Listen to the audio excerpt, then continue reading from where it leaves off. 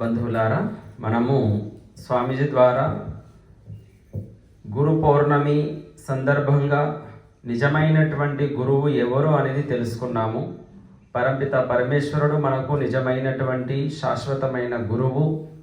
అలాగే పరమేశ్వరుని యొక్క జ్ఞానము, వేదాలను చదవడము, చదివించడము, రక్షించడము, ఆ వేద జ్ఞానాన్ని అంతటా వ్యాప్తి చేయడము, ఇదే అసలైనటువంటి ఆ పరమపిత పరమేశ్వరుడికి మనం చేసేటువంటి పూజ. అలాగే ప్రత్యక్షంగా మానవ శరీరంతో యుక్తంగా ఉన్నటువంటి ఆత్మ ద్వారా మనం నేర్చుకుంటున్నాము. అనగా మన గురువులు ఎవరైతే వేదాలలో ఉన్నటువంటి సత్య విద్యను మనకు అందిస్తున్నారో అటువంటి గురువులు మన మధ్యలో, మన ముందట ఉన్నారు. వారిని కూడా మనము గౌరవించుకోవడం, సత్కరించుకోవడం మనందరి యొక్క బాధ్యత. అయితే నేడు మనకు ప్రపంచంలో కనిపిస్తున్న విషయం ఏమిటి అంటే, నిజమైనటువంటి గురువులకు సత్కారము, పూజ జరగడం లేదు.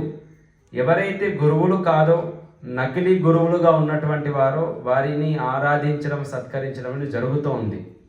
మనము ఈరోజు గురు పౌర్ణమి అన్న వెంటనే లోకంలో ఉన్న వారికి కనిపించేది సాయిబాబా. సాయిబాబాను ఈ సందర్భంగా గురువుగా భావించి ఆ మందిరాలకు వెళ్ళి పూజ చేయడం అనేది మనం టీవీలలో కూడా చూస్తున్నాం. వాస్తవానికి ఎవరైతే మనకు విద్యను అందిస్తున్నారో, మనలో ఉన్నటువంటి అజ్ఞానాన్ని తొలగిస్తున్నారో వారే గురువులు. అంతేగాని మనల్ని మూర్ఖత్వంలో ఉంచేటువంటి బాబాలు కానీ, నకిలీ స్వాములు కానీ, నకిలీ గురువులు కానీ, ఫకీర్లు కానీ, వీరందరినీ మనం ఎప్పటికీ నమ్మకూడదు, వారిని పూజించకూడదు, వారిని ఆరాధించకూడదు.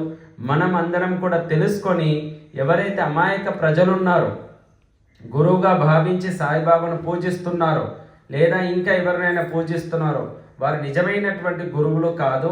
నిజమైనటువంటి గురువులు వేదాలకు సంబంధించినటువంటి విషయంలో ప్రయత్నం చేసిన వారు, మనకు విద్యను అందించినటువంటి వేదవ్యాసుడు కావచ్చు, ఋషులు, మహర్షులు ఎవరైతే ఉన్నారో వారిని మనం ఈనాడు స్మరించుకొని వారి శాస్త్రాలను చదవడము వారికి నిజమైనటువంటి పూజ అనబడుతుంది.